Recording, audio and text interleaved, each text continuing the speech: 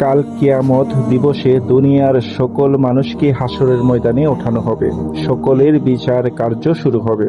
হিসাবের জন্য জিজ্ঞাসাবাদ। মহান আল্লাহ নিজ বান্দাগণের হিসাব নেবেন।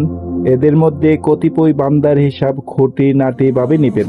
তার সমস্ত অপকর্মকে চিহ্নিত করে জাহান্নামে পাঠাবেন।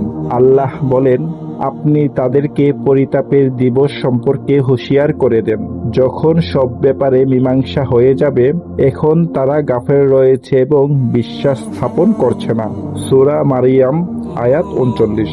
অন্যত্র আল্লাহ বলেন, সেদিন প্রত্যেককেই যা কিছু ভালো কাজ করেছে তা চোখের সামনে দেখতে পাবে এবং যা মন্দ কাজ করেছে তাও দেখতে পাবে।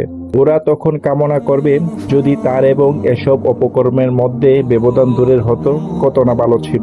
সূরা আলে ইমরান আয়াত ৩০। সেদিন ৫টি জিনিসের প্রশ্ন করা হবে।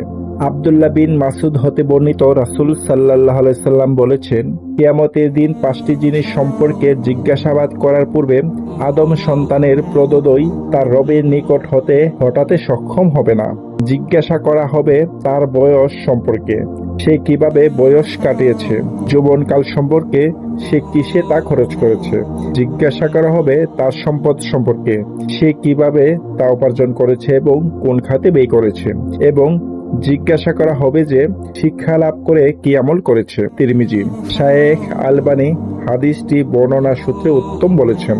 প্রিয় ভাই বোনেরা, হাসরের ময়দানে চিন্তা করে, কাল কিয়ামত দিবসের বিচার কার্যের কথা চিন্তা করে আমরা দুনিয়াতে আল্লাহওয়ালা জিন্দিগি তৈরি করি, যেন আমাদের হিসাব সহজ হয়ে যায়। আল্লাহ তাআলা আমাদেরকে নেক আমল করার তৌফিক দান করুক। আমিন।